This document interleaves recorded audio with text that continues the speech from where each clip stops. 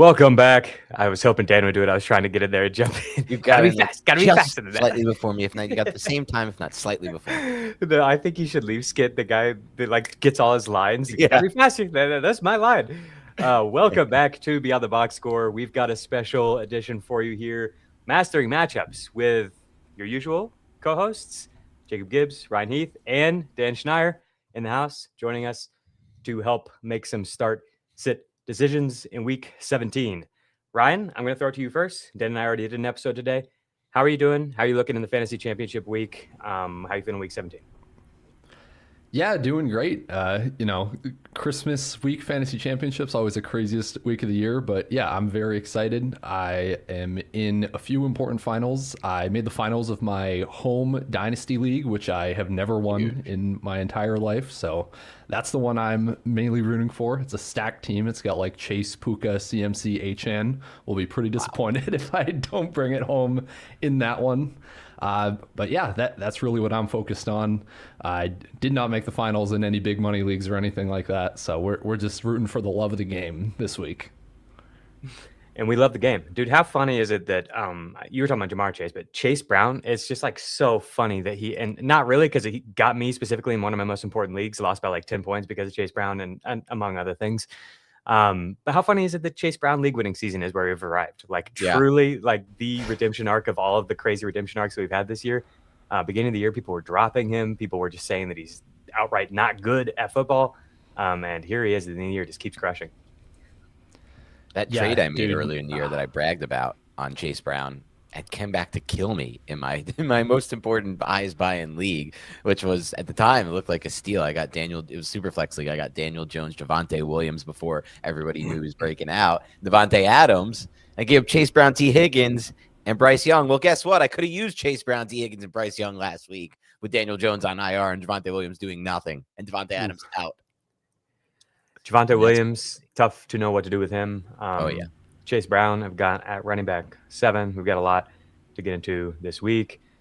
Shout out Ryan, Ashton Jeanty. The faith in Ashton Jeanty finally hit. Got him as a top 10 running back against the New York Giants. So if you are one of the improbable few who persevered to the fantasy championship with Ashton Jeanty on your squad, congrats to you. Big week shaping up for him. If the, honestly, we have no clue if the Raiders are going to be able to move the ball still. But if ever there's a matchup for it, it's this one. All right, let's just jump right into it. At running back, the usual names at the top. Ryan, are you enjoying freaking Jahmyr Gibbs' bell cow season? David Montgomery, just a distant memory, like 80% snap rates weekly, 13 targets for Jahmyr Gibbs, and still league-winning CMC at the top. Yeah. Oh my God, it's amazing. It's crazy. The best thing ever. I love Montgomery, but this Gibbs guy's pretty good. I would build the offense around him. Anything stand out to you guys? I've got Chase Brown up here, running back 7, Travis Etienne at running back 8. What about JT, running back 10? Dan, you watched the Colts game last night. Can I get a temperature check on JT? Obviously, we don't know exactly what the QB situation is going to be like, but you still feeling good starting him? I think we learned last night there's still upside for him to potentially be somebody who can be a difference maker for us in the finals. That's with Rivers at quarterback. If we go to Riley Leonard, which I don't know, like I'm trying to get a pulse on the situation. I've been reading into stuff because they're like technically not eliminated from the playoffs, but it's like all but a formality. But I still think they might play Rivers. Like I still think they just brought him in to play, like to play football for them. And he's like, all right, I'll just ride it out, just play out these last few games. So I still think fine having him where you have him. Just outside of that tier of like the top backs. Yeah. I've got Emmanuel Wilson at running back 12, under the assumption that Jacobs is out. If Jacobs plays, he would move down into this like low-end RB2 range with Javonte Williams, Tony Pollard, Chris Rodriguez, the Bears running backs, the Steelers running backs. I think that we will probably see him get a lot of work either way. And there's the upside to push for 20 or 30 touches if Jacobs sits. RJ Harvey at RB13. The role got scaled back a little bit. I'm not that worried about it. They get the Kansas City Chiefs. The Chiefs defense looked defeated a little bit in this past game, I thought, against Tennessee. Tony Pollard had his 3rd straight 100-yard game. Tyjae Spears was creating extra yards on every single touch, had an awesome game. I think it's a pretty good spot for Harvey, who continues to look better and better as his rookie season goes on.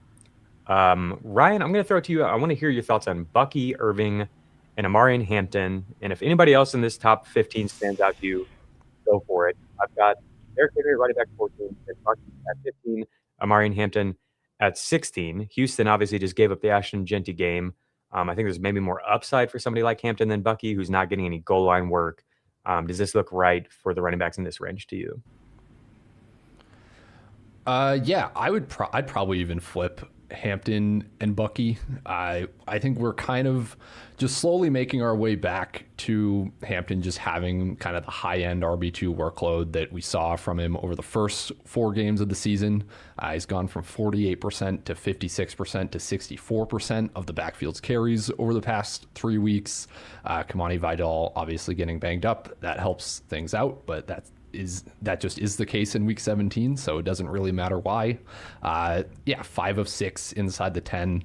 Bucky, I believe, doesn't have a single carry inside the 10 since he returned from injury. Maybe like 1 of 7 or something like that. Give me Hampton. So I do want to talk about like Josh Jacobs, just in terms of they kick off Saturday night. There are 4 games with kickoffs before then, 3 on Thursday. We might not really have Josh Jacobs news before Christmas. So I guess I want to ask you guys, I have my personal answer, but I want to ask you guys, how, if you are between Jacobs and a running back that plays on Thursday or Saturday afternoon, which is Chargers-Texans, how like far down the rankings would you go before you're like holding out for Jacobs and taking that risk? Like, would you just play the running back that goes before him, or would you play Jacobs? I'll give you the I'm candidates. Curious what your cutoff is. Yeah, I'll give you the candidates, Dan. Chris Rodriguez on Thursday, or wait for Jacobs. Let's see. So, I assume just to lay out the case fully, I assume if this is the case, you also have some kind of contingency plan for Jacobs. So that may be like Michael Carter's on your bench, for example, or looks like from your rankings, Raheem Sanders is a possibility that you could have on your bench. In that case, I think I'm waiting because I'm not as high, I guess, on the Chris Rodriguez situation as you are, Jacob.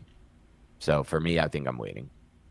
I think it's gonna be a big week for Chris Rodriguez for You're sure. big on Chris Rodriguez. I feel really good about that one. For you to be this high on him. I feel really good about that one. I think he's a good player, and he ran well again in his game back. The usage is good, and Dallas, their defense looks pathetic right now.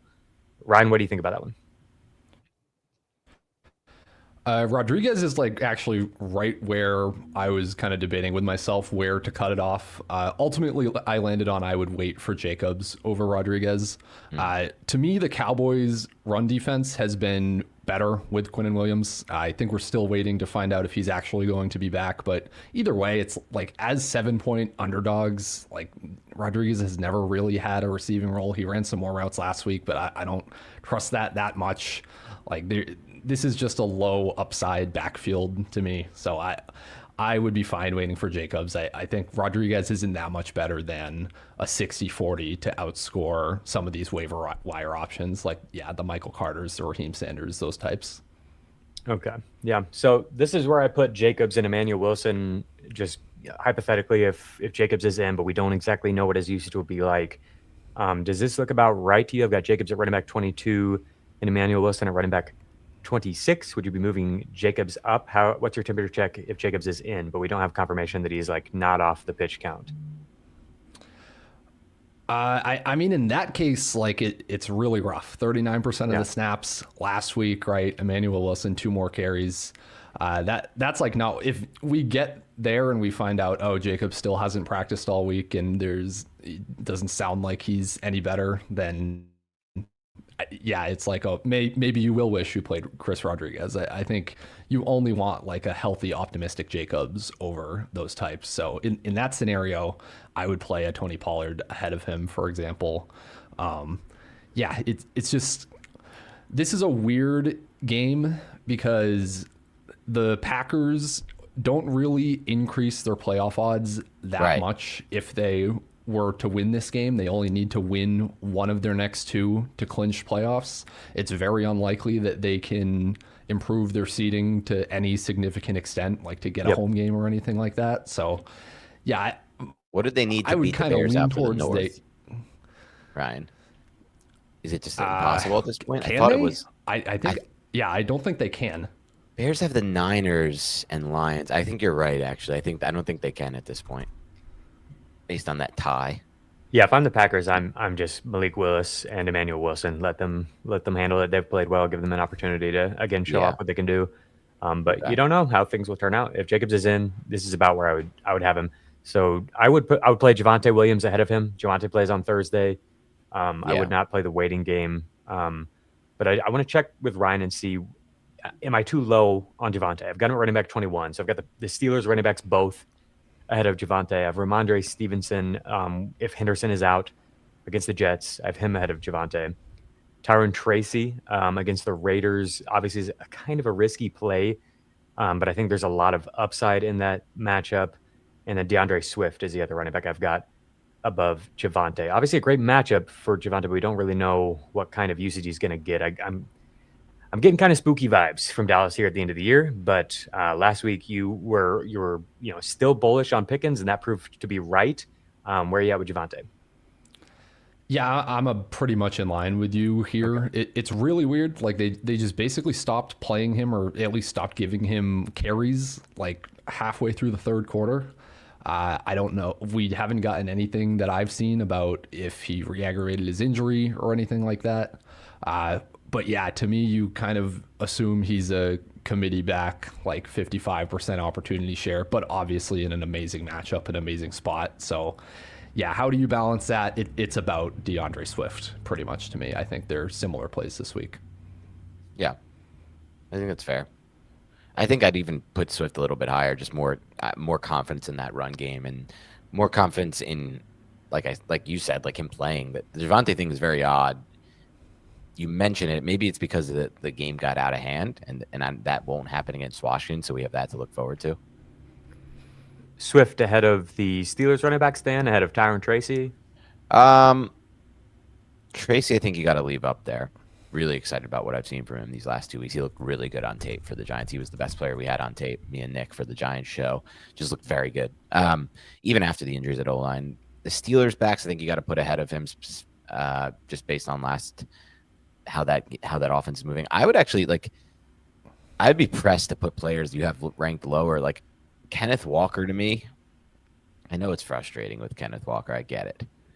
But I don't know necessarily that I'd be playing any of the guys Javonte down over Kenneth Walker, personally, because I still think there's upside for a big play with him, just for the chance to break a matchup open. For the audio listeners, that's Tony Pollard, Chris Rodriguez, Kyle Monangai, Rocket Sanders, which we'll see if he's even what kind of opportunity he's going to get, and Michael Carter are the running backs who have ranked ahead of Walker. I think all those running backs in theory are a lot safer than Walker. Walker played great, which we know he's capable of. You got two of the biggest Walker bulls on the planet here, and Ryan Heath and myself. But didn't change anything. Typically. Didn't change anything. Still, 40% snap rate or whatever. Zach Charbonnet played more, ran more routes. Sure. I don't feel good about it. I want to shy away from this Carolina-Seattle game. I think it could be a gross, fair game. Where Seattle, I don't know, man. I wouldn't be surprised if Seattle has 56 plays of offense, and unless Walker gets you a really long touchdown, he gets you 4 points. And I feel better about these options. That's not an unfair take. You have any thoughts, Ryan? Yeah, I can't with Ken Walker. I'm so glad that his blow up game where he finally had multiple big plays was not on the main DFS slate, because I would have lost my mind, because I had played him for 4 consecutive weeks before that, and I wasn't playing him that week. Yeah, man, nothing else to say about Mr. Kenneth Walker. I do want to ask Jacob, do you have Aaron Jones ranked? What are you doing with the Vikings running backs this week? Because Jones is another guy, assuming that he plays and Mason doesn't, that I would just play over Josh Jacobs because they play on Thursday. But I don't see them here. I don't know if you just don't have them in because of injury or what. Yeah, that's a good question. Yeah, we're early in the week. I've got Jones and Jordan Mason both out of the rankings set. And same thing with Dylan Sampson for the Cleveland Browns. Some running backs who might have a big opportunity here in week 17, but we don't quite know yet. So we're going to hit our first break. We'll get back and talk through where they would be if they're in. Obviously, it's not an easy situation this week with Thursday games, Saturday games, and everything. But we're going to try to help y'all navigate this the best that we can, get some fantasy championships. We'll be right back. They want to take this place from us. My family is in danger. My wife is lost to me, and I don't have time. 1923, new season now streaming, exclusively on Paramount Plus. Okay, so my initial rankings here, I've got no Dylan Sampson, no Aaron Jones, no Woody Marks, no Travion Henderson. We'll adjust as we get more news, so be sure to follow along on Twitter. Check out the FFT newsletter. I'll give you ranking updates there as well. Let's move Aaron Jones up. If Aaron Jones is in and Jordan Mason is out, I think above Jacobs is right. Detroit, man, I don't know if Jones is healthy enough to really take advantage of it. I didn't think he looked quite like himself, but the usage has been good. And Detroit, man, just got crushed by the Steelers running backs. But I also worry about, if we're going Brosmer here, like I worry about the offensive environment for Minnesota. So I don't want to get carried away with Aaron Jones. I'm having a tough time with Tony Pollard. Like, I thought Tyjae Spears played so well, and it's the end of the year, and it makes sense to me that they would keep going to him more and more. They gave him more touches than we're used to seeing, but they just gave the backfield a ton of touches. They've been loading Tony Pollard up, and he keeps playing well, and they're just rewarding him. Like I think he's just been a warrior for them these past couple of years. I think I would feel better about him than Jones. I think. Where are you guys at with Jones? I'll throw it to you first, Dan. Yeah, we don't know what the health situation is, obviously. We do know that Detroit... If he's in and Mason is out, Thursday at 3:30. Yeah, I almost just mean, like, the health situation game to game. Like, even if he's playing, I don't know if he's going to make it through a game at this point. That's the problem I have with Jones. On paper, it's great. Like, Detroit's run defense is completely collapsed within itself, or at least it looked like it this past week against the Steelers. And they're not playing for much either, by the way, at this point, which is never a good sign. Like, you could see people... Sometimes you see these games with checkout, defense is checking out, bad tackling. There's upside based on that. I kind of feel really good with where you have him here in your rankings. I don't think I can put him much higher. Ryan? Yeah, to me, Jones is pretty much exactly where you have him. Fringe top 24 play. Yeah. Just because there's a good chance he gets 80% of the backfield's like expected fantasy points. Like I feel like he has to be a top 24 play. Yeah, all the points that Dan brought up mostly agree with. Pollard is like a little more interesting to me. So yeah, while Spears was more involved and played very well, so kind of all of Pollard's like opportunity share metrics came down last week. I think it's just because they were like, okay, we got you to 20 carries and now we're gonna let Spears mix in more. Like he got a touchdown called back at the goal line. Like it could have been a much better game. Over 100 rushing yards in 3 straight. Titans have just cratered their pass rate over expectation the last few weeks. Like I feel pretty good about Pollard. I feel better about Pollard than I do about like a Javonte Williams, even, for example, just because I know that they are very committed to getting him like that between 12 to 15 expected fantasy points and whatever that turns into against the Saints. Probably I feel better about that than maybe like Javonte maybe coming out of the game in the third quarter. Okay. So yeah, Javonte and Chris Rodriguez are playing at noon on Thursday on Christmas. I would start either of them over Jones if his status is at all up in the air. Jones plays at 3:30. I would just start Chris Rodriguez over him. If Jones is in and Josh Jacobs' status is up in the air, then I think we're all fine with Jones over Josh Jacobs, who plays Saturday. Okay. Here's where I had Xavier Scott if Aaron Jones and Jordan Mason are both out. I'm curious if you think this is crazy. I had a tough time selling Dan on it. We're just concerned about the overall offensive environment. We don't even know if Scott would be in a featured role or exactly what it would look like. And it could be a game where Minnesota just, has 150 yards of offense or whatever. So running back 35 below Tyjae Spears, Blake Corum, below Rico Dowdle. Do you have any thoughts on Scott if he's got the backfield seemingly to himself? I would rather play Isaiah Pacheco than Xavier Scott with it to himself. Pacheco became very involved after Gardner Minshew got hurt last week. I don't think that offense is going to look great either, but at least know that Pacheco will get the ball. Don't necessarily know that about Scott. Even Jawar Jordan, I would probably rather start than Xavier Scott if we're assuming Marks is out again. I don't know if you have Marks in these rankings or if that's the assumption we're making, but would definitely start Jordan over Scott in those scenarios. Yeah, so like a few guys that I'd definitely play over him, but I think he's basically the same as Audric Estime, Chuba Hubbard, those types. I feel like the standout player in this range to me is Corum. Like Corum is a player I'd feel more confident in than just about everyone behind him, or literally everyone behind him, and plenty of the people I think above him. So you're starting Corum over who above him? Starting him over Chris Rodriguez. I'm starting him over Raheem Sanders, Michael Carter, probably Breece Hall and Dowdle as well. Just if I'm looking at this from like the outside perspective, the 30,000 foot view, I'm like, Corum's an amazing player with an offensive line that's still intact and blocking really well. He gets in on a decent amount of the red zone opportunities, and they're going to score points, the Rams. Like, it's a good game. It's a good environment with a good game script against Atlanta. I don't know if I'm going to get points out of a lot of these other games with players who maybe have more projected volume than him. Any thoughts on that, Ryan? I think I have a really tough time with him over C-Rod.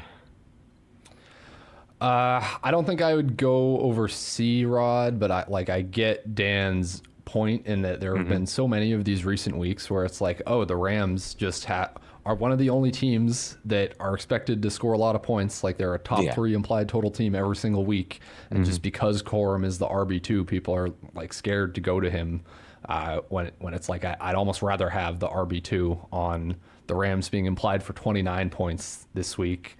Than like what's another example? The Chiefs with Dukin, the Commanders with Josh Johnson, like the Vikings with Brosmer. These are all situations where we might be looking at like 14, 15 carries for 50 yards and nothing else.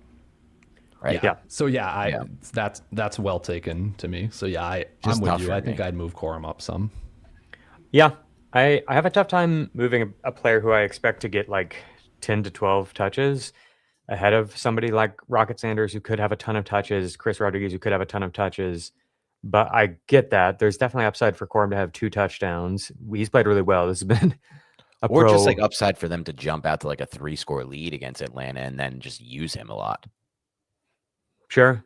Yeah. I don't know. Like, what's he topped out at? I feel like there have been plenty of game scripts like that, and we haven't seen games. Maybe I'm misremembering.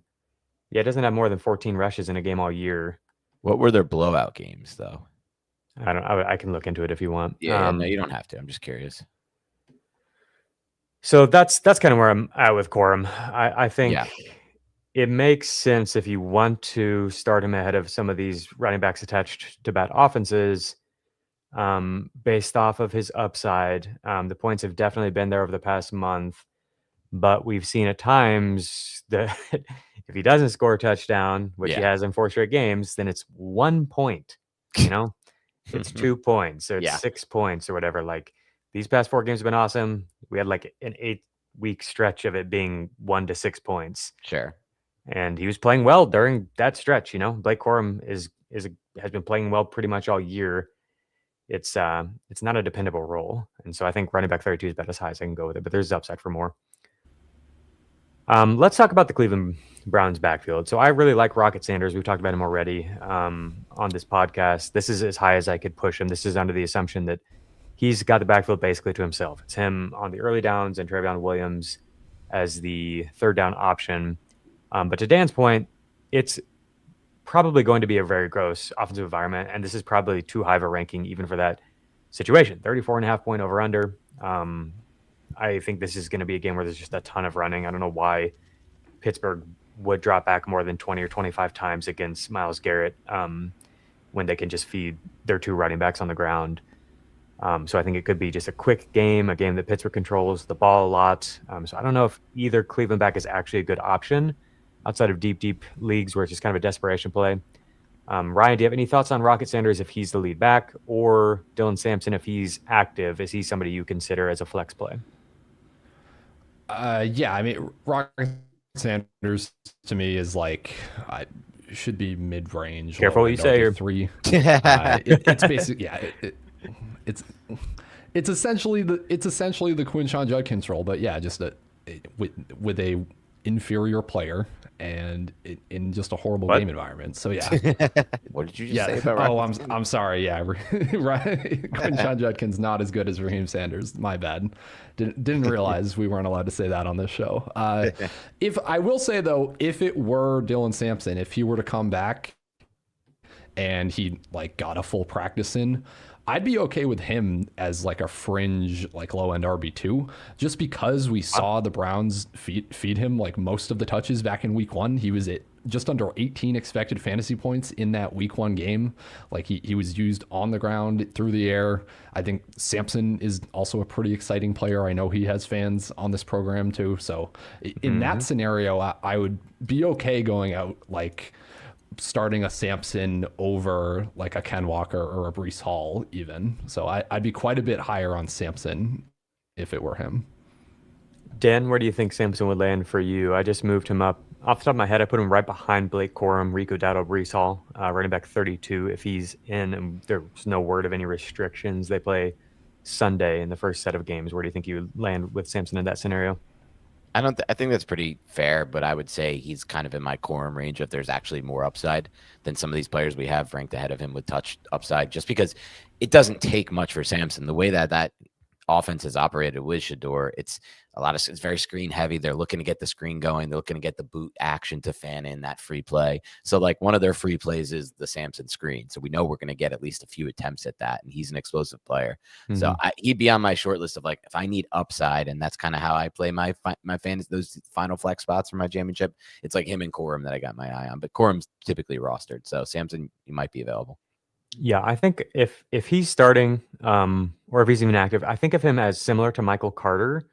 But I do think he's a better player, but I think the matchup is much, much better for Carter. And we do have potential for Arizona to put points on the board. Obviously last week was a disappointment, but yeah, man, they manufactured a lot of receptions for Sampson this year. In week 1, where he was in a similar type of role to what we might be able to expect this week, he had 20 touches. 8 of those are receptions. You know who got the goal line touchdown that game, though? Rocket Sanders back in week 1. I think this is about as high as I can push Sampson. There's upside for more. There's upside for some big plays. We've seen some kind of shoddy tackling from Pittsburgh at time. Their linebackers are not the fastest linebacking unit, and I think Sampson could take advantage of that. So I think he's an okay start, especially in PPR formats. All right.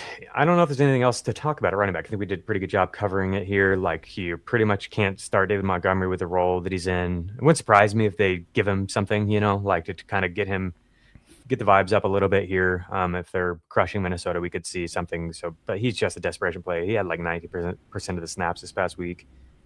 Chuba Hubbard, same kind of thing. It's really tough to go to any of these guys. Any random flex plays, dart throws at running back for either of you two? For me, it'd be like Malik Davis for the Cowboys. I think could give you some upside this week. Probably put him in the same range as like Bill Krosky, Merritt, Devin Singletary. Yeah, I can get on board with Malik Davis. Just A, there's a chance they just rest Javonte Williams being out of it. But B, even if they don't, it could be a similar situation to last week. That's game that I think you mentioned on our last show, Jacob, which I like this call by you. There's going to be games this week where the defenses just quit. It's just how it goes in week 17 and 18 of the NFL season. That feels like a definite defense quits game on both sides of the ball. So I think we could see a lot of missed tackles. We can see a lot of stupid big plays. And I would say Malik Davis is a much better chance than basically anyone in that game to break one off. Brian, any random running back call outs, or should we move on? Not really. Yeah, I think we covered just about everybody that maybe Keaton Mitchell, but that's too, I don't think it's happening. All righty. At wide receiver, George Pickens back up in the top here, top 8. Got him wide receiver 7, just behind Chris Olave. Drake London, wide receiver 11. Think tough spot here against the Rams potentially. Like, I worry a little bit about Kirk Cousins versus pressure, but if he's able to get the ball up, I do think that this is a cornerback room that London could kind of bully. Juwan Jennings at 15. Any thoughts on anybody here in the top 20 for you guys? Tedero McMillan, DJ Moore, both in the top 20. Seattle's secondary a little bit banged up, so I think we could see maybe another good T-Mac game. Jacoby Myers, man, Indianapolis' secondary looks toast. I think any of the Jags receivers I feel pretty good about. I got Brian Thomas Jr. not far behind him. Any thoughts here as you look at wide receiver? It's, of course, always a tough position to rank. Okay, can we talk about Parker Washington since you brought Hell up the yeah. Jaguars, guys? Yeah, we talked about him already today. I've got him at wide receiver 31. I would rank him. I might rank him over Brian Thomas Jr. this week. Is Wow. kind of where Love I'm it. at. I feel like mean, last week's matchup set up really well for him, and this week sets up really well for BTJ. I mean, I think it sets up really well just for the passing game in general. So yeah, I hear you. Obviously, it was a worst possible matchup for BTJ last week, but so this is the fourth time that Washington has just led the team in targets this year. BTJ's only done that 3 times. Washington 5 games for Washington alongside Brian Thomas Jr. as a full-time player, so like above a 60% route share. He's averaging 12.2 fantasy points per game and 15.4 expected fantasy points per game. Wow. In that split, that's 28th and 14th best. BTJ is at like 9.7 expected fantasy points per game in that split. Obviously, it's harder for Thomas from like a real life perspective to earn targets when he's in this much more like outside downfield role. He has over a 20-yard average depth of target over the past 3 weeks. And Washington, yeah, it gets to be in the slot, gets the Liam Cohn slot cheat code. But that's like how they're deploying them. So that's how I want to rank them this week, which is, yeah, just Washington over BTJ. But so I'd probably have them both as like borderline, like wide receiver, mid-range wide receiver 3s. But BTJ would be much lower or would be below Washington to me. I like it. I like it a lot. As I looked at the rankings this week, like basically everybody who I have above Parker Washington. So for audio listeners, that's Michael Wilson, Jaden Reed, Chris Godwin, Lad McConkey, Christian Watson, Jalen Waddle, Justin Jefferson, Terry McLaurin. I feel better about him than like pretty much all of them. It's just like I felt like I couldn't rank every Jaguars receiver inside the top 20. But honestly, that it is such a good spot that I think I'm fine with that. Like doing so, I'm probably going to be wrong about one of these 3 or maybe 2, but like I think they're all really, really good plays. And I don't have a distinct feel for like one of them being the one who goes off in any given week. To your point, like Parker Washington's been great this year. If any metric you look at, like yards per run, clearly crushing BTJ. But even like yards per target is above BTJ. When you brought up the target numbers, I was like, well, BTJ probably has, even though it's been a bad year, probably has more efficient targets because they're coming down the field. And like, nope, Parker Washington has just been that dude. Like he's been very, very efficient with his opportunities. He keeps getting more and more. All right. Anything else here in the top 20? Dan, anything stand out to you with these wide receiver rankings? I have less feel. I personally have Drake London a lot lower. Rams matchup, don't love what I saw from him and Cousins at all. Just from a timing standpoint, it looked way off. I don't think he hits like what I want from Drake London is those intermediate in-breakers where he's just an explosive player and Penix is driving the football to him and that time is cut off. Like Cousins isn't going to be using him in that way. So as far as like, could he get a red zone touchdown? Sure. He's an awesome player, but against the Rams, I don't think Atlanta's going to have a big game offensively. I just don't, and I don't like their rapport. I'd have to drop him lower. Probably below like the DJ Moore range. How do you feel about Drake London this week, Ryan? I mean, just on paper, it's the Rams have allowed the most schedule adjusted fantasy points to opposing wide receivers over the past 5 weeks. So yeah, like it's a beatable secondary, but I'm with Dan in that it's a little bit more like boom or bust. We saw Kyle Pitts have a higher first read target share than London. Yeah.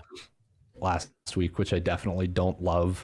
When he first went down, or when him and Penix first went down, I was pretty pessimistic just looking back on London splits over his career, like with Penix versus with Kirk Cousins, and that kind of played out in terms of just the inefficiency last week. So yeah, I'd be okay with sliding London down a few spots. I'd keep him above Cortland Sutton probably, but that would be like my line. Okay. Anybody else in this range you want to talk about? Tedder McMillan versus Seahawks. Does this look about right for him? Zay Flowers, if we don't have Lamar Jackson, I've got him still at wide receiver 18. I just think he's been playing so well, but that does scare me a little bit. Like, would you start him over the Jaguars receivers? With no Lamar, I would definitely play Myers over Flowers. Same. Yeah, we were like a, not trick play, but like a unrepeatable, unlikely to repeat play away from Zay Flowers doing absolutely nothing once Lamar left the game. About Stephon Diggs, how we feel about Diggs compared to the Jaguars receivers this week? Don't like Diggs. I think they're gonna that game's gonna have just like Patriots totally just both teams trying to get out of that game with running the football for most of the game. Patriots have nothing to play for, really, right? Yeah, I mean, clinched, right? well, I mean, we can still get the 1 seed. Like, we need to win, but yeah. Okay. How far are they? I guess that's a bad take for me because they do need to get the 1 seed.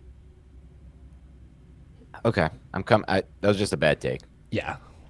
Yeah, it was just a bad take. Sorry, 6-5. But I mean, also like my bad. Stephon Diggs has. I crashed out for a second and I lost my mind. They still need that 1 seed.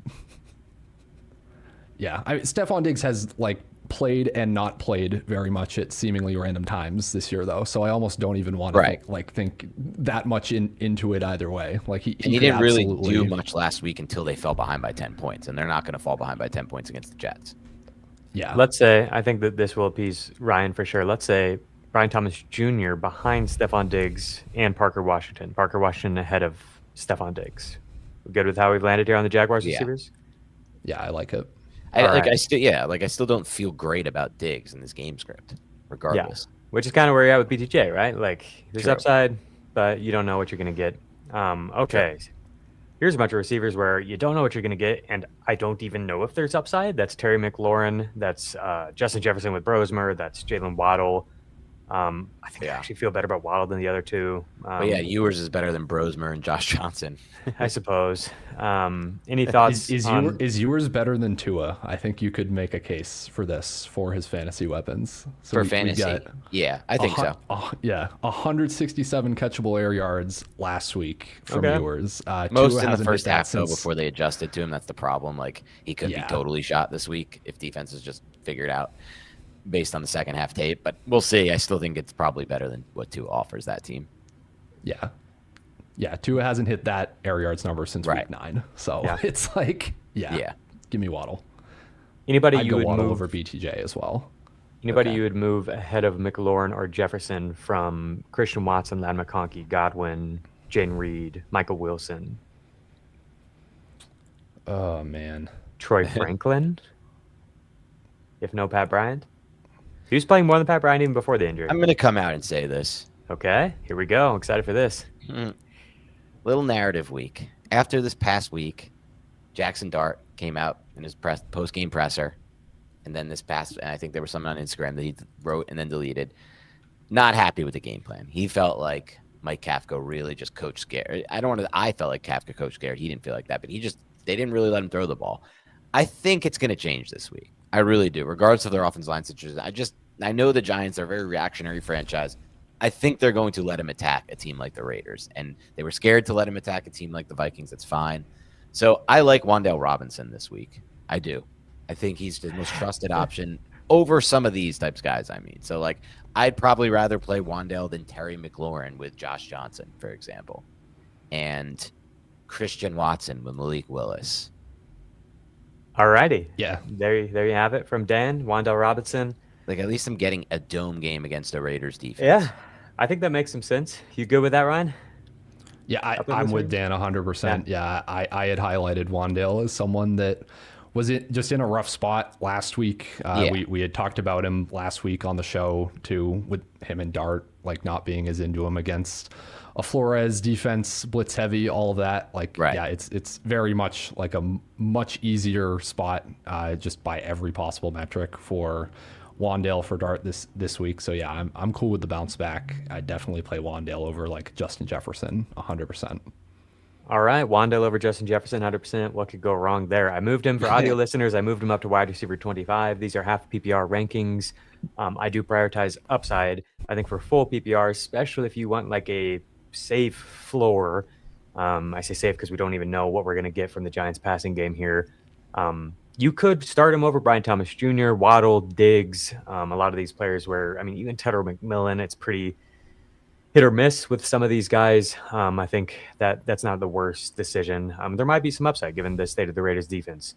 All right, we're going to hit our second break. We'll get right back. We'll dig into the rest of the wide receiver position. When you need your sports news all the time, We've got breaking news to bring to you. CBS Sports HQ gives you a snapshot of all the sports that matter to you. When you need your sports in a snap, find it on CBS Sports HQ, streaming free anywhere you are. Okay, how are we feeling about Michael Wilson? How are we feeling about Marvin Harrison Jr.? I'm going to throw it to you, Ryan. They get the Cincinnati Bengals this week, which has not been an easy matchup for outside wide receivers. I've got Wilson at wide receiver 32 and MHJ at wide receiver 40, anticipating that we get a little bit more playing time for MHJ this week. Any thoughts on the Cardinals? Yeah, I mean, it's really simple for me. Michael Wilson has never gone over an 18% target share in any game that Harrison has been active in. I would just rank Harrison above him. Yeah. Almost every game they've played together, Harrison has gotten more usage. He was only at a 55% route share last week. We knew going in that they said they were going to ease him in, so expect him to play a lot more. And yeah, as you said, while it's one of the better game environments of the week, DJ Turner is a thing. Bengals bottom 5 against outside wide receivers. So I would basically just flip where you have each of them. I would have Harrison as kind of, the low end wide receiver 3, Wilson in like the wide receiver 4 range. I think that makes some sense. We don't know that Harrison will play more, and he is coming off of one catch, and the matchup scares me a little bit. So I don't really want to move him up.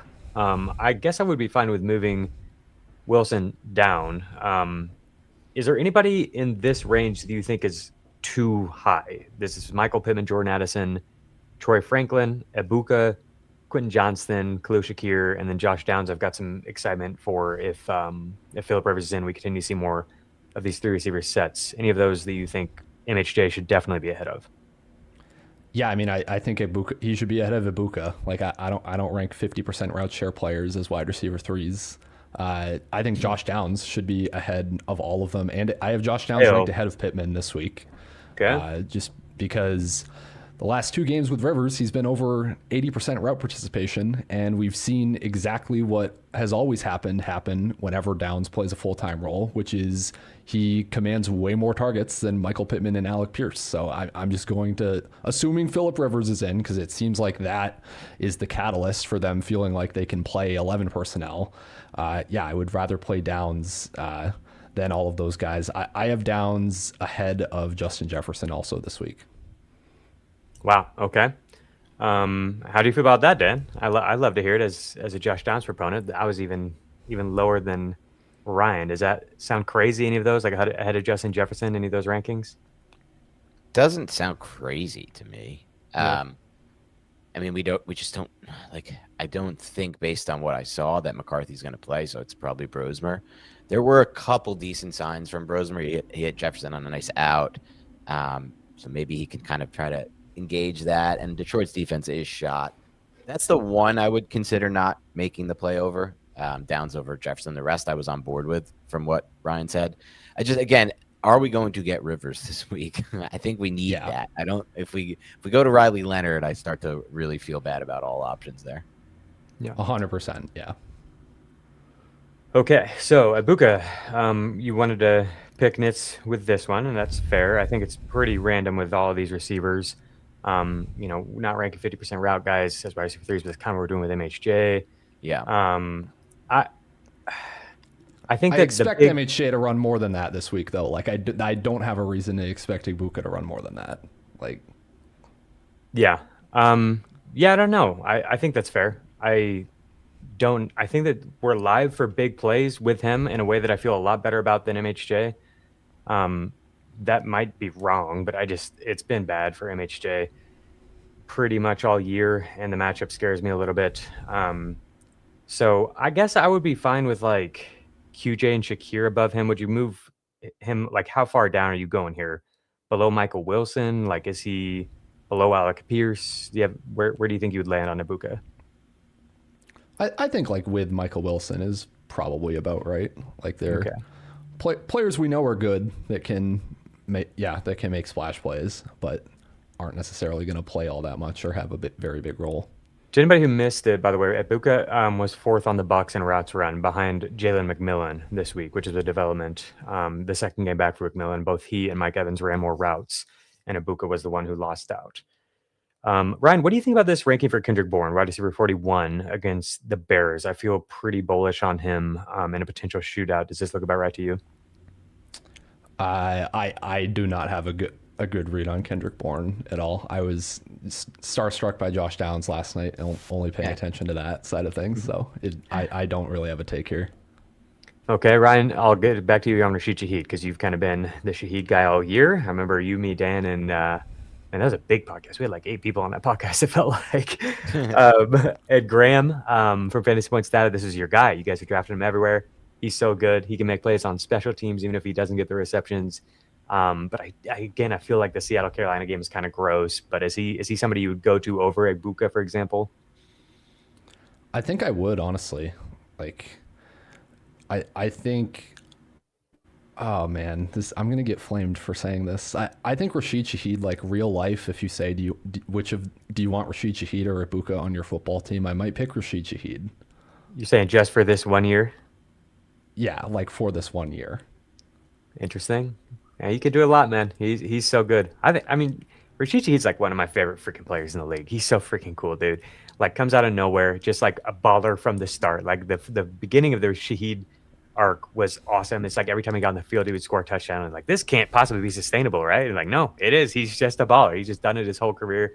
I think Saints to Seahawks is like one of the coolest aesthetics there is for like a receiver. Like, I've just loved this so much. All right. I moved AD Mitchell down. I was pretty low on him last week too. I want to talk about him and Deebo Samuel. Those are two who people are always a little surprised when they see them in my rankings. Samuel has a good matchup on paper against Dallas. Maybe the backup quarterback is more likely to like check down to Deebo. Does this feel too low to you, Dan? Is there anybody that you would for sure move him ahead of?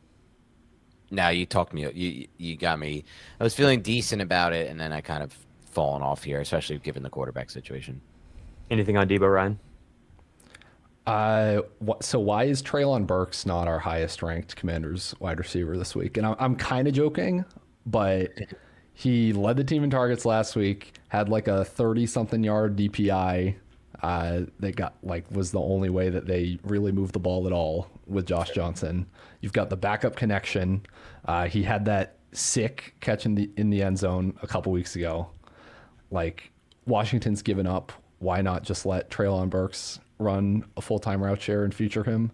I'm not actually saying to like play Treylon Burks this week, but I just wanted to bring up the idea to illustrate how I feel about these other Commanders receivers. This is why you bring Ryan on the show. Love it. All right. I don't have Treylon Burks in the ranking set, but I will get on that right after we finish up here. Important stuff to get to there. All right. I love it. I wanted to ask you, Dan, about Darius Slayton. If you do think that the Giants might be passing more, would you be starting him over Alec Pierce, Jalen Coker, or does this look about right to you, right behind Keelan Allen and Chimere DK? No, I think Wandell's the one I'm excited the most about. Slayton's just, man, he's been an absolute disaster. He's in his own head right now. He's just having some of like the worst drops you'll ever see on tape. Like balls that are like walk to him, essentially, just somehow dropping them. 2 in the end zone over the last 4 weeks. Just over the middle of the field. I think at some point Jackson Dart has to stop targeting him based on this. So I'm not trusting that. Not a great endorsement for Darius Slayton there. Okay. Rough for him. Anything stand out to you here from the bottom of this range other than Treylon Burks needing to be higher? Anything here, Ryan? Not really, man. Like, I just hope you're not picking through these if you made Same. it to your fantasy championship, Same. is what I'll say. Yeah. Yeah. That's how I feel when I see these guys. Okay, let's look at QB. Interesting week here. Josh Allen won for you. Wow. Yeah. Who would you rank? Who would you have Josh Allen behind here? I'm looking at the matchup. Like first the Eagles, cold game. He's injured. Allen playing through an injury. I think I'd have a few people over him personally. I actually think I'd go crazy here. Let's go crazy. I think I'd rank Trevor Lawrence 1. Hell yes. I think I want it. I think I see it. I think I feel it in Indy. That defense looked so bad last night. It's looked so bad for so long in a dome. I think I'm doing Lawrence 1. Okay. Anybody else you'd move ahead of Josh Allen? Purdy. Okay. Burrow. Is that where I cut it off? I think that's probably where I cut it off, though. I would be intrigued to think about the idea of Caleb Williams as well. MVP Matthew Stafford? No. Okay. What about you, Ryan? We've got Allen at QB4. Does he need to drop any further? I don't think so. I would probably, yeah. Would you take him over those first 3 guys that I had? 'Cause that's think pretty I risky would. plays by me. Yeah, I think it's I think still I would fair. just have Allen QB1. I'm okay. Coward. But It's week I 17. I almost want to be like, it's fine, just because I feel like I owe it to Joe Burrow for being like stupidly low on him last week for no reason. But Yeah, that game's in Cincy. I like it better if it's in Arizona, actually. Purdy versus the Bears. Yeah, maybe Allen I got to put back at 2. Put him back at 2. I think Stand by the Lawrence, though. I think Purdy might be the best start, honestly, at QB this week. I loved what I saw last night. I think that this game has some serious juice. San Fran versus Chicago. I agree with that. I'm going into a super flex final this week in our league, the CBS league, with Purdy and Lawrence as my quarterbacks. I'm pretty excited about it. I didn't have to spend much to get them. Yeah. Okay, so Drake May is who we've got behind that group we just talked about at QB5. Yeah. Followed by Matthew Stafford, Dak Prescott on Thursday against Washington, Jalen Hurts on the other side of this cold Buffalo game. And then I've got Caleb Williams. I'd be fine moving Caleb ahead of Hurts. We are seeing a little bit of running. This definitely could be a game where the Bears pass more, but I also do think that they could just continue to impose their will on the ground and not need to pass more, especially if the wide receivers don't play. So I do have it ranked as if the wide receivers are not playing. Does that look about right to you, Ryan, if we don't have a Dunze or Luther Burden? Yeah, I would say so. I think that's fair. If one or both are in, are you moving him ahead of Hurts or Dak or anybody else here? I'll say ahead of Hurts, but probably not ahead of Dak. Okay. So Dan watched a bunch of Tyler Shuck. He watched Tyler Shuck's game this past week. He's somebody we've been curious about this year. It just feels like the perfect spot for what's been a pretty promising season to culminate into something potentially big for fantasy against this pass funnel in the Tennessee Titans. Still, though, quarterback 12 feels really high to me. I don't like having him above Justin Herbert. Even Dart, it makes me a little nervous to have him above Jackson Dart. I've got him above Bo Nix as well. I mean, we saw Bo Nix week 18 against the Chiefs last year in a game that they won like 38-0 or whatever. Kept throwing touchdowns even in the second half, had 4 touchdowns in that game. Any thoughts on this range, Ryan? I've got Jacoby Brissett at 10 against the Bengals, Baker Mayfield at 11. Those two obviously have been tough for people to make up their mind on. I've had a tough time making up my mind on how to rank Brissett and Mayfield. What do you think about this range outside of the top 8 or 9 guys? Yeah, this is the trickiest range here. So I do have Tyler Shuck above Justin Herbert. I would have Bo Nix above Justin Herbert as well. To me, with Herbert, and this is I'm fully aware, second week in a row I'm going to be low on Herbert. Like he proved me wrong last week. I looked dumb on that one, but it's just very different to me. Where the only quarterbacks that have gone over 16.5 fantasy points against the Texans this year, there have only been 4 of them. All of them had to throw the ball at least 32 times. Herbert hasn't even hit 30 since week 10. Like, he was great, played out of his mind last week against the Cowboys, super efficient, season highs in like lots of different statistical categories, but I just don't see it against the Texans. Goes from like the best possible to the worst possible matchup. The Chargers are favored. I think they could try to run the ball a little more. I think I'm a little higher on Hampton than consensus, so that plays into it a little too. So I would even go Dart over Herbert this week, and then at that point, I think those are basically my perfect QB rankings. Yeah, I love that take. I think Okay, Dan. Really well. We've got Herbert versus CJ Stroud at this Saturday game. Yes. Playoff implications potentially here. What do you think about Stroud on the other side of the ball? He's one of your favorites. I've got him at QB 16 ahead of Jared Goff, ahead of Sam Darnold, but behind everybody we just talked about.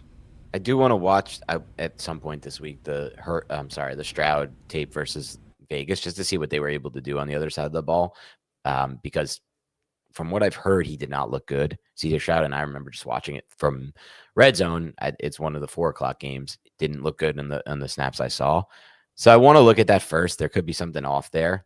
I think as it stands, I wouldn't rank him ahead of any of the guys you have ranked ahead of him. The question would be if I would move some of the guys below him ahead of him. Like, some intriguing guys are Rivers somehow, Darnold, who I have some intrigue to potentially swap over Stroud in a spot like that. I'd have to see lower than Cousins to see. I don't like Cousins this week, and I don't like Goff at all, really. Ryan, as soon as you became a Stroud bro, kind of let us down. Does this look about right to you? Yeah, I'd probably even play Goff over Stroud. We've just seen like a higher, like kind of recent last few seasons ceiling from Goff.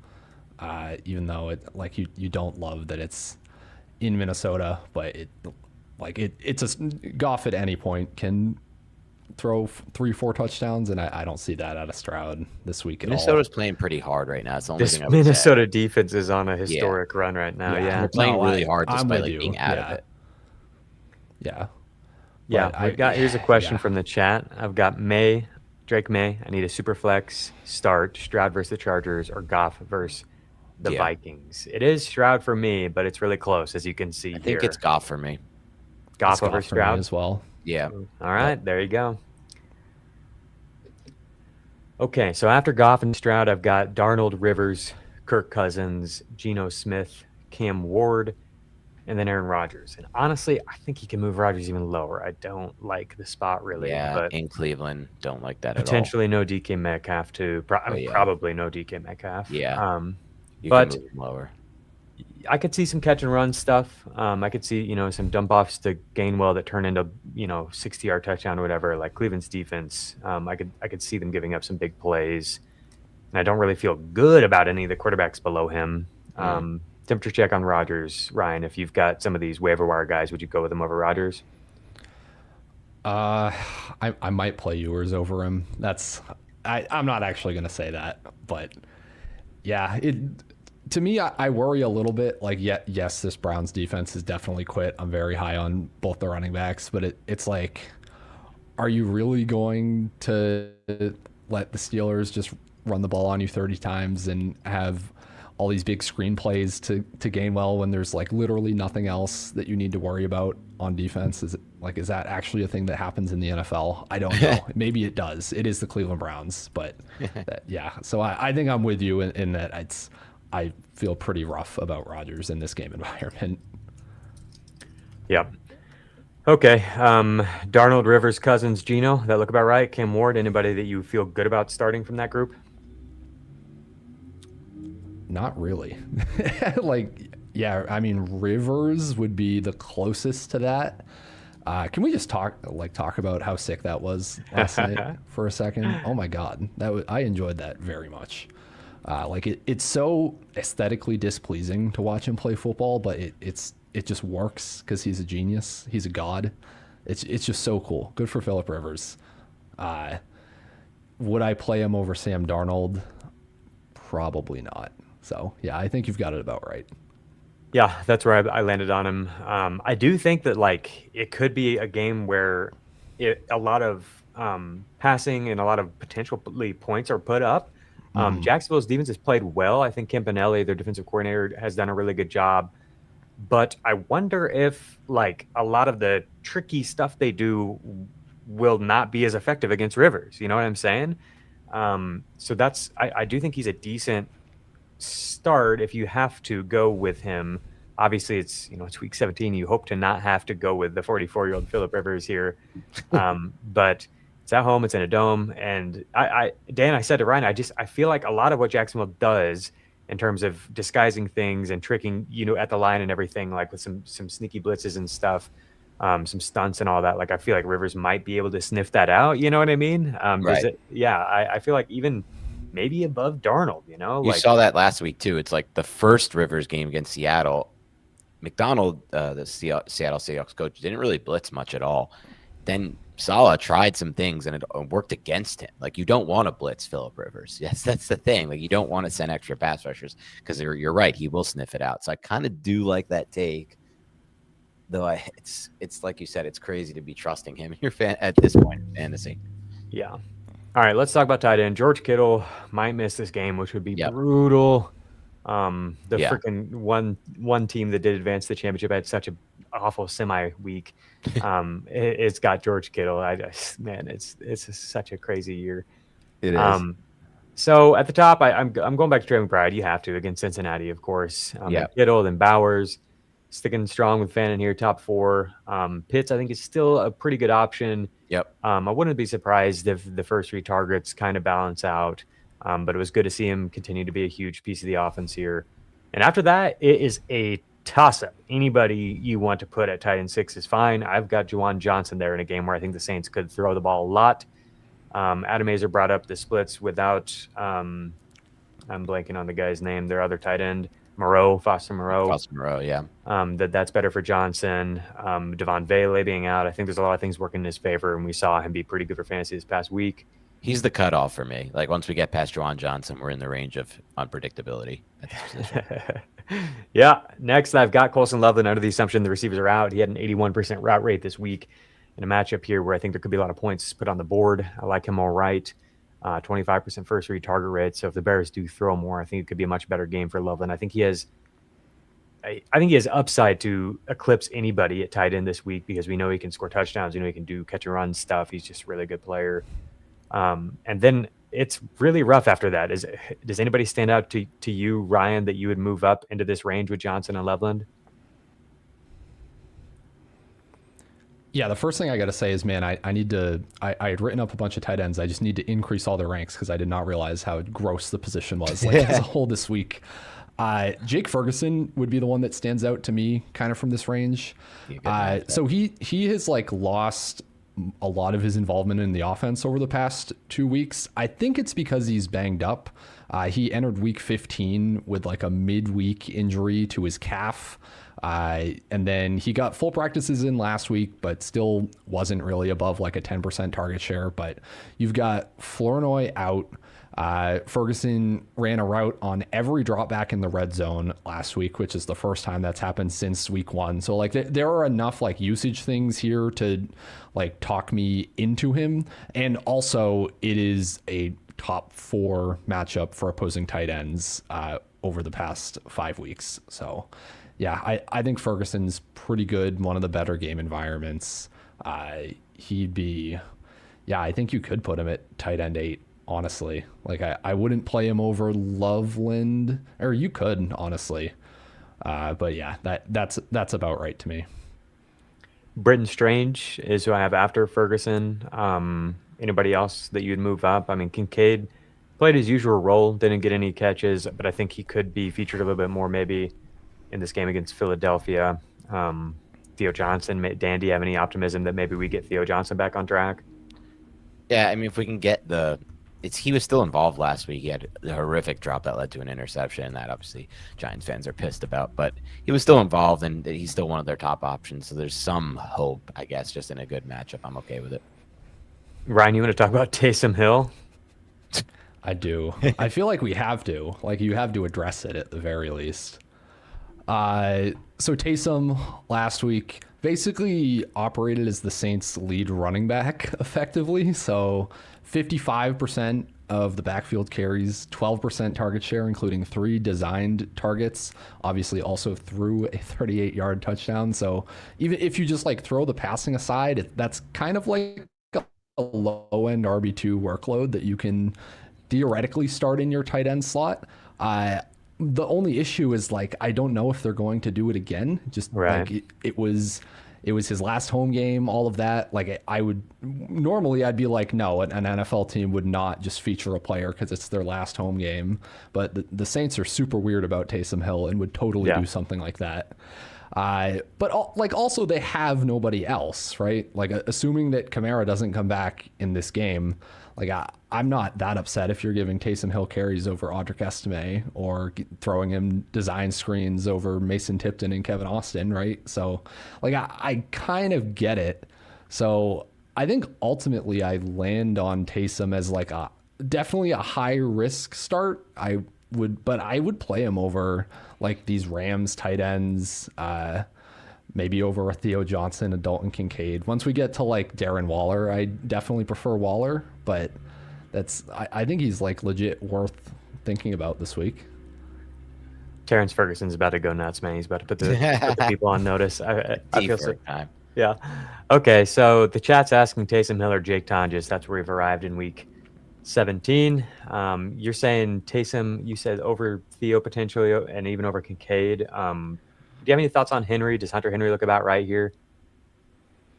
I think so. Yeah. Like the only guy I'd maybe push up more here would be Waller, but I mean Goddard probably a little less likely to score a touchdown. So yeah, that's pretty much where I'd be. All right. For the audio listeners, here's where we're at. We got Jake Ferguson at tight end 8. This is after Colson Loveland and Juwan Johnson. Then Brendan Strange, then Dalton Schultz and Tyler Warren. Again, pretty good usage for Warren. It wasn't a big game, but I think we could see it if Philip Rivers and all of that we talked about earlier does pan out. Darren Waller is next. Definitely has some upside in this spot against Tampa Bay.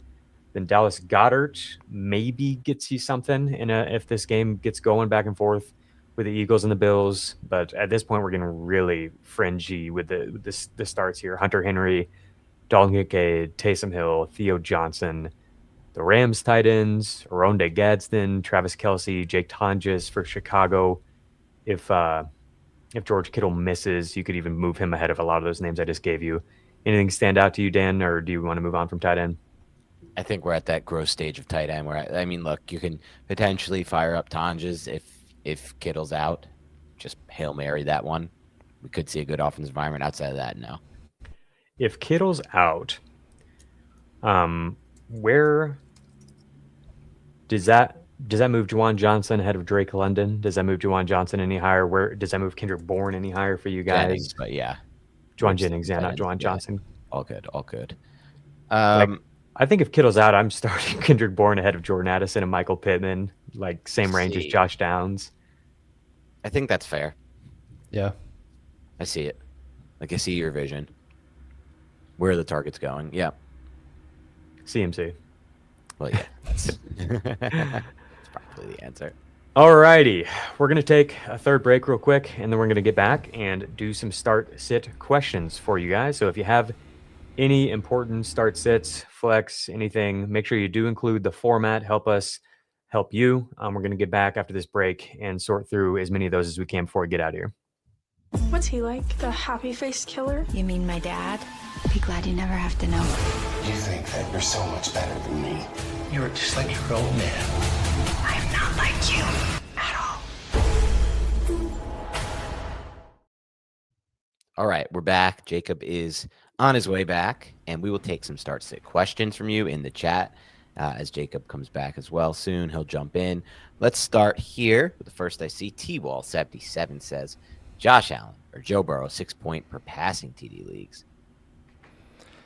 Yeah, I mean, we were quibbling over this one earlier. I would still go Josh Allen even in 6-point TDs, but it's close.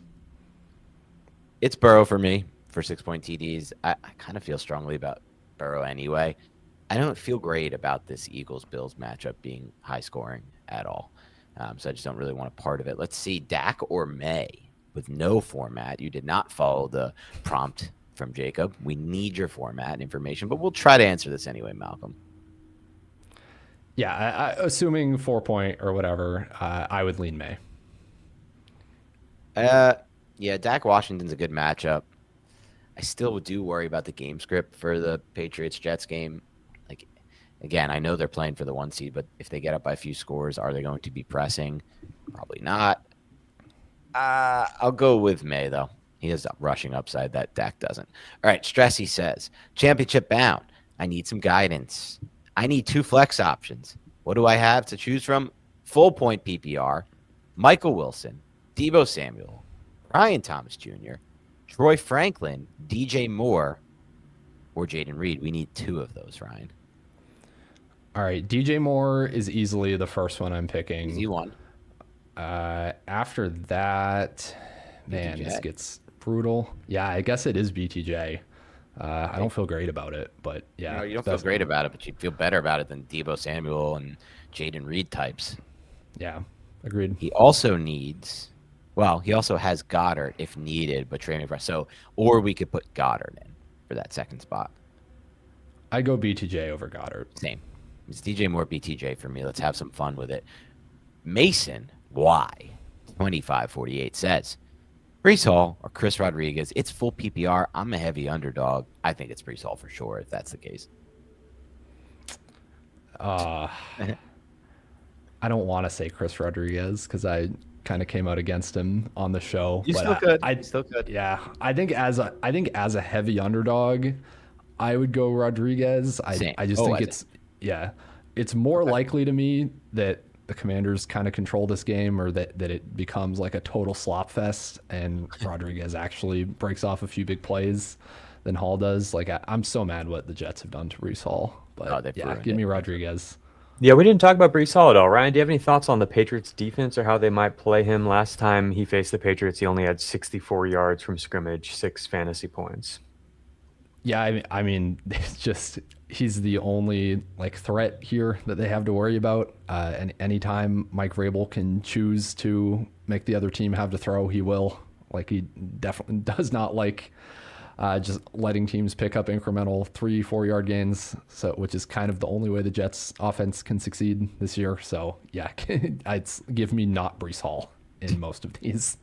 It's fair. All right, we've got Stratton. 8 Oakmont 410 0.5 PPR AJ Brown or Godwin. AJB. Yeah, AJ Brown. Pretty easy. For me. And Jake Kubert says, I'm not trusting Burrow. If it's cold in Cincy, that's fair. It could be a nasty weather game. Half PPR from Kyle Casper 15. Worthy. Jefferson. DJ Moore. Yeah. Put him in for sure. And Devontae Smith. Okay, it's DJ Moore, Devontae Smith. That's easy, right? Yep. All right, let's get to some starred questions. We start here with Chris Mulhern, 6779. How do I get that wrong? Jacob, disgusted by what I just saw you do out of the corner of my eye. You're way too old for that. In the finals this week, full PPR, he wants to know, I need 2 receivers, and I need a flex. I got Jacoby Myers, I got T. Higgins, got Drake London, Michael Wilson, and J-Mo. I watch every show on YouTube. Please answer in any show. I will hear it. Okay. Well, we are answering. Thanks for listening, Chris. Thank you. J-Mo and T and the flex. It would be London for me. It would be London for me. Okay. Anybody want to go Jacoby? For me. Anybody want to go Jacoby over Drake London? No. No. I think they nailed it here. What we want. All right. Let's go to Screwball. No. SCBREWAL. American. 807. Playing for the championship. Could be back-to-back champ. It's a PPR league. I need 2 running backs. I need a quarterback. I need a wide receiver. And I need a flex. So the first question is, Joe Burrow, Drake May, or Brock Purdy. I think we're all on Purdy here, right? Okay. That feels good. Yep. What if Kittle's out? Does that change anything? I mean, these are really good options, Burrow and May. I think I'm going Purdy no matter what, man. He's so good.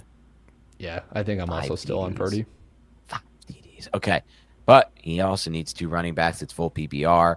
Those 2 running back options are Genty, Bucky, Stevenson, Hampton, and Harvey. Wow. It's good options considering where we're at.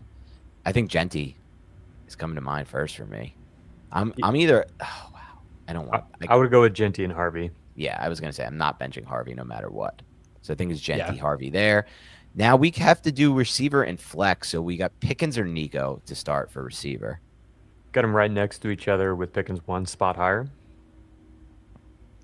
Yeah, I'd take Pickens as well. It's close for me. I'll go Pickens, just matchup I like better. And then we have to pick a flex out of what's left of Nico, Hampton, Stevenson, and Bucky. These are good options at least. Yeah, this is really good options here. Full PPR flex, Nico. Yeah. Nico over Bucky, over Hampton, Ryan? It's Nico. Yeah, I'll let Ryan Nico answer. over all of them. Yep. Yeah, it's full PPR. Let's not get cute with it. All right. Fantasy Meatball says, hey, guys, I have May. I need a super flex start. Am I going Stroud or Goff? I think we answered this one already, or something of this version. We keep coming back to it. The same debate for a lot of different teams this year, I guess, in this matchup. And it's Goff for me and Goff for Ryan. And I think it's Stroud for Jacob. Okay. Yep. Gross situation here from Peyton Fernandez. He's in a full PPR. He needs a wide receiver. He needs a slot, which I guess is he needs a wide receiver, and he needs a flex. His options are Rashee Rice if he plays, Blake Corum, Jalen Coker, Mac Hollins, Josh Downs, or Jawar Jordan. Oof. Josh rough. Downs is definitely my wide receiver. Yeah. Let's go. That part's easy. That part we can get down. I think it's between like Corum and Jawar Jordan at flex for me. Full PPR. If Rashee plays, I'm going to go Rashee and Downs. Yeah. With Ella Dukin, though, I don't know. The Dukin, I don't know. What can we expect out of the Duke? I don't think it's much, right? No, I don't think it's much. How many forward passes can he complete? I would probably They- still they go have with a- Rice. yeah. Full PPR. Have the I don't Chiefs love signed it. any? Oh, they signed Buckley, right? Shane Buckley.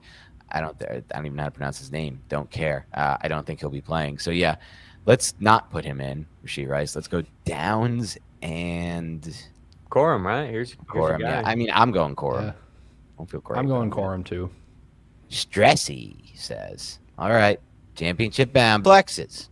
It's full PPR. It's Michael Wilson. Wait, I think we answered this already, but let's do it again. Michael Wilson, Debo, BTJ Franklin, DJ Moore, Reed. I think we said DJ Moore and BTJ, so I think we hit this one already.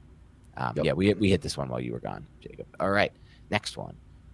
Conrad says, full PPR, pick a flex. Justin Jefferson, DJ Moore, Hampton, Gainwell, Michael Carter. This is going to be DJ Moore. Right? Does somebody want to put Gainwell? Somebody yeah. wanna put Hampton? Hampton it's and Gainwell, more, I but- kind of think about. Yeah. Me too. So, yeah, even if the receivers are out, I still kind of feel like I want to go with Hampton. It's probably got to be more, though. What do you think, Dan? It's more for me, for sure, Yeah. for the PPR. If either full receiver, PPR, I missed that. Yeah. yeah, if either receiver plays, if let's say Luther Burden plays, you still DJ Moore full PPR. over Riding these Hampton? more vibes in San Francisco, I think it's going to be a shootout, one of our best, healthiest fantasy environments of the slate. Ryan, Luther Burden plays. Kamani Vidal I think- sits. Yeah, I think I go Hampton then. Oh, Vidal sits is interesting. Wow. Actually, I'm going to go Hampton if Vidal sits. Okay, yeah, Yeah. I'll sign off on that. All right, here we go. We've got one from John. John says, Superflex, 4-point passing TDs, half PPR. Thank you for following the prompt and giving us all the information we need. And he's got, we got to choose 2 of these. Herbert, Javonte Williams, or, this is Superflex. No, it's Herbert for me. Superflex Herbert over RJ Harvey in half PPR. That's an easy 4 one for points me. per passing touchdown. There's no shot I'm Give- going down with a quarterback. on my We're choosing 2, so it's Herbert and Harvey. are the two oh. Oh yeah, choices, good call. but Yeah, just Herbert switch and them. Harvey. Very easy. Very, very easy. Okay, Edelman says We are a little nervous about Herbert, though, for what it's worth. Like in my mind, it wasn't super easy, him over Harvey. I think Harvey could have 30 points against the Chiefs. I love Harvey, yeah. So I respect it. All right, tight end premium, Jacob's boy, Ferguson, or Javonte Williams. Yeah, I think I would go with Ferg. That seems wrong. I just made this same type of decision last week. I started Loveland over Jalen Warren in tight end premium, and that killed me. Oh, no. I think, you probably get more usage with Javonte, but I don't even feel that great about it. He could only have like 10 touches or something. What do you think, Ryan? Tight end premium? I think I'm still playing Javonte. I'm playing the tight Javonte, end but I'm not premium excited. siren song is like I try to avoid it as much as possible. Yeah, I'm going Javonte. I don't feel good about it, but I'm doing it. Jake Celeste says, full PPR, Fannin, Smitty, who I assume is Devontae Smith, but I don't know, McLaurin, or Chris Rodriguez. We haven't talked about Devontae Smith. Do you have any thoughts on Devontae Smith's matchup? Either of you? Devontae Smith versus the Bills? Cold weather game. I don't feel great about it. I'd say that. Yeah, I don't feel great, but it's like I think I like him way more than all these other options. More than Fannin full PPR? Fannin's the one that stands out to me as my boy here. But Pittsburgh don't love that at all as the matchup. Ingett Smith for me. Between those two, though. I think it's Smith. Do you have a different opinion, Jacob? I am looking up. I wanted to just like compare them over the past like month or two and see what the scoring has been like between these two, because it feels weird to go with a freaking tight end for the Cleveland Browns over Devontae Smith, but Fannin's just been so good. It's clearly Devontae Smith for you, Ryan. Yeah, I would go Smith. I feel like people might be in a situation like this because Fannin was somebody you could get off waivers, you know? So there might be a decent number of people who are like flexing him if you've got Fannin and McBride or whatever, Fannin and Bowers or something. I mean, yeah, Fannin's clearly been outscoring him. But that's partially due to just touchdowns. What were we going to say? I was just here. Yeah, what I'll say is like he's apparently live to just get the goal line carries with Quinshon Judkins out, which is at least semi notable.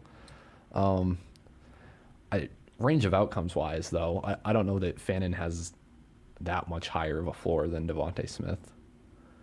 So I think I'd still go Smith. I'm fine with Smith. Do you have any thoughts on that, Dan? It's Smith for me, but I just like it a little bit better. Yeah. Don't love the matchup. All right, let's do a couple more before we get out of here. Take one here from Mike. He's been trying to get one in. Mike M says, I need a wide receiver. I need a flex, and it's full PPR. It's A.J. Brown. It's Pickens. It's Harvey, baby. Or it's Gainwell. Good options. Yeah, nice. Good for you. Those are good options. Really good options. Full PPR, one receiver, one flex. We've got Pickens over A.J. Brown, right? Yep. Yeah. Pickens and Harvey? That's where I'm at. Man, that's tough. It's tough leaving Gainwell on the bench there. But actually, part of me wants to go Brown over Pickens. Just that role has been so awesome for as of late with Brown, but I'll go Pickens, Harvey. I feel a little more confident there. All right, let's see. I think we hit this one already.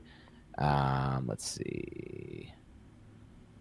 We got a joke one from BF in here, who I'm not going to read. Let's get to a real one. Con S says, hey, guys, I'm new here. Well, thank you for joining the Beyond the Box Score extravaganza. Please like, please subscribe. Hell yeah.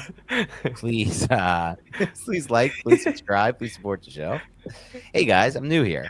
It's non-PPR, also known as standard. I need to start two in my flex. Terry McLaurin, Josh Jacobs, Munungai, or Parker Washington. Remember, it's standard. Yeah. Yeah, it's tough. Oh yeah, that's tough. With standard? Yeah. I think it's Munungai. I think it's Jacobs and Monangai. But I mean, too. Washington, we just saw, can give you some yardage upside. and there's potentially touchdown upside too. We do think that, I mean, we just saw San Francisco score 48 points against Indy. And I don't feel great about Jacobs. Are you just going with the running backs, Ryan? Yeah, it's like it's tough with Jacobs because I guess if we just take this question for how it is, you would not play Terry over Jacobs. You would get to know like Jacobs' status, and then like Parker Washington would be your fallback if he sounds like he's going to be super limited. So yeah, I think that's fine to say Jacobs and Monangai, and then if Jacobs is like going to be very limited, you say, okay, I'll just play Parker Washington. I think that's fine. Yeah. Thanks for being here. I hope you stick around. Dan, when you said Beyond the Box Score extravaganza, in my mind, I did the Tim Robinson roll the fedora down his arm thing. I don't know why. That's where I went right away.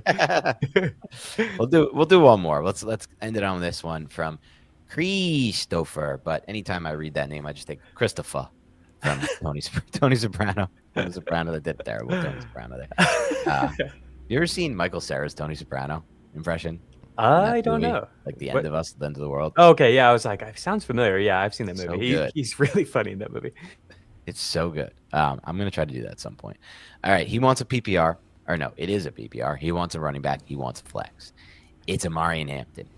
It's Jalen Warren, I gotta assume, but we don't know. That could be Tyler. It's Tedder. I think it's gotta be. You think it's Tyler or Jalen? It's gotta be Jalen Warren. He's asking for a running back, so it would. Oh yes, and we've just completely lost it. Tyler Warren's out of our sight. It's Terrell McMillan or Jalen Waddle. So it's Hampton for me, for sure. I think I'd go with the running backs. The running back. Yeah, I think I'm going with the running backs both. I think I'd go with Warren over Tedder McMillan. Yeah. Any thoughts on that full PPR run? Yeah, I think that's fine.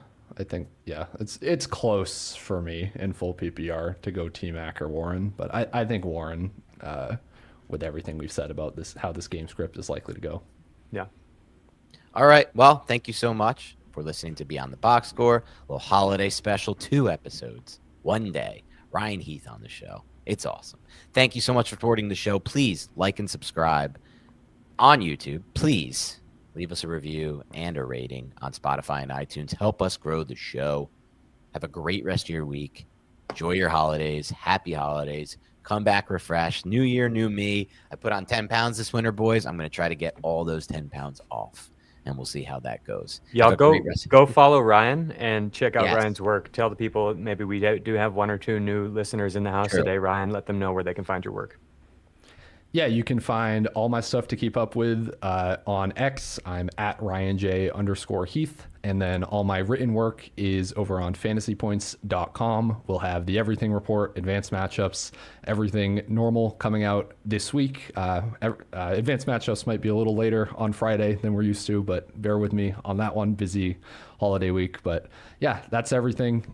Find me on Dynasty Points throughout the offseason over on the Fantasy Points YouTube channel as well. If you have to stick with Dynasty Fantasy Football and can't take any sort of break from fantasy football as we get to the end of the NFL season. This trio right here, there's going to be a lot. These are 2 of my favorite ball knowers. There's going to be a lot of fun discussions going on this offseason. I can feel it. It was a really weird year, and I can't wait to have more time to unpack it all. Yeah, for sure. Thanks again. Have a great rest of your week, and we'll talk to you all soon.